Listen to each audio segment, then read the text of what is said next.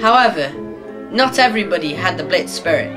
During the period of the Blitz, there had been a dramatic increase of 22% in the amount of crime in England and Wales. This was mainly down to the fact that during an air raid, there was a blackout. This is when every house had to turn its lights out so that enemy planes wouldn't know where to bomb. These blackouts provided excellent covers for criminals to carry out their crimes. Looting was very popular with criminals at the time. In fact, during the first 8 weeks of the Blitz, 390 cases of looting were reported to the police. Here's another account of murder featured in the East Grinstead Observer. A shocking triple shooting occurred in East Grinstead early Tuesday morning when the bodies of Phyllis Martin, aged 40, Alice Martin, her 12-year-old daughter, and John Bankhurst, aged 29, their lodger, were found in their house at 20 Sackville Gardens, East Grinstead.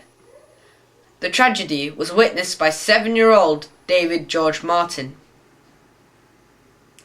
This soldier, Gordon Cummins, went on a killing spree in London.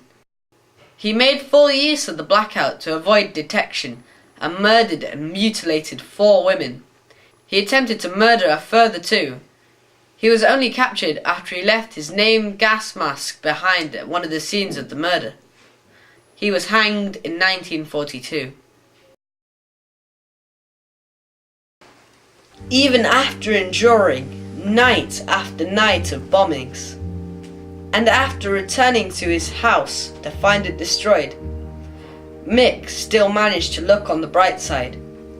He was grateful that he and his mother were still alive and for having somewhere to live, even though he had few clothes and furniture. When we arrived, it was to find our lovely home completely destroyed, as an aerial torpedo had ripped our masonette from the block. It was the only part of the building damaged during that particular raid. I recall my mother weeping and me holding her hand, saying, "Never mind, at least we're all right." She replied that I did not understand, but I would when I was older, and she was right. We returned to North London and stayed with an aunt until my father got another home for us, in which my mother soon settled, albeit with very little furniture and very little in the way of clothes. Nevertheless, you still counted your blessings. My Mum's War, Life in the East End, BBC World War II People's War. Ken Long recalls that there was no graffiti anywhere, which means that most people supported the government's message. There was unity. People were all in this together.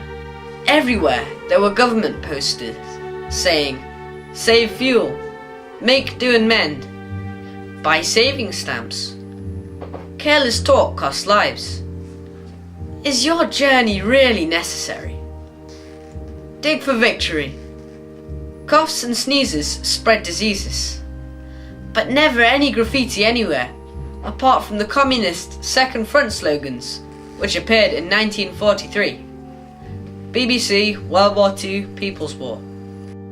The government tried to portray life in London carrying on as usual, without much disruption coming from Hitler's campaign.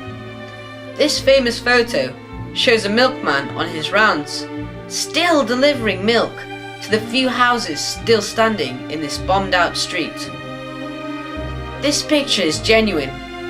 The only thing staged about it was the smile, as the photographer wanted to make it look as if Britain was unaffected despite Hitler doing his worst. This extract, however, describes how the people of Coventry used to flee their homes at night and drive away to sleep in their cars in the countryside. There was considerable disruption to the people's lives, despite what the government said. From that moment, many from Coventry took to driving out into the country to sleep in their cars. Night after night, the roads were packed with streams of people looking for anywhere flat at the roadside on which to park for the night. We would take flasks of hot tea we didn't drink coffee, and sandwiches, have a picnic supper, and settle down as best as we could in our 1935 Hillman Minx. A Child's War in Coventry by Peter Cox. BBC World War II People's War. This video interview of a Blitz survivor confirms just what the Blitz spirit was, and that it really did exist.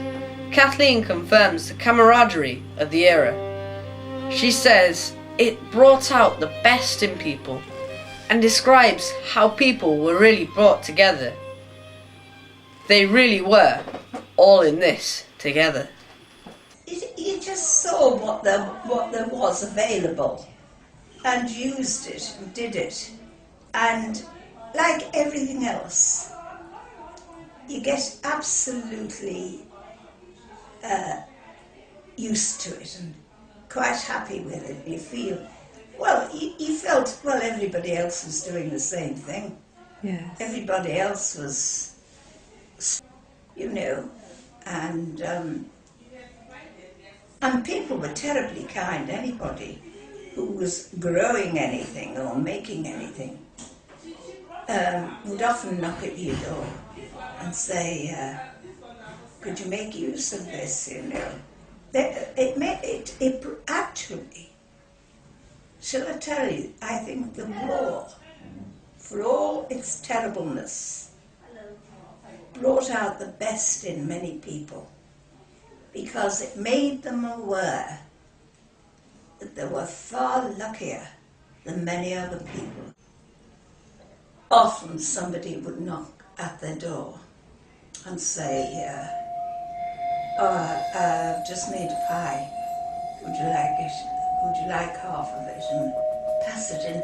People were much kinder to one another because knowing their own shortages.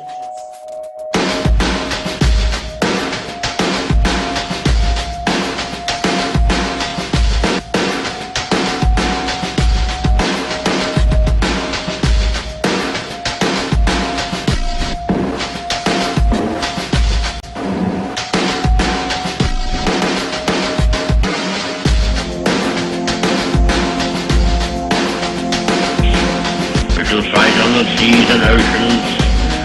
We shall fight with growing confidence and growing strength in the air.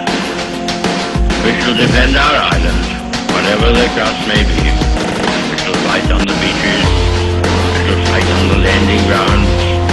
We shall fight in the fields and in the streets. We shall fight in the hills. We shall never surrender.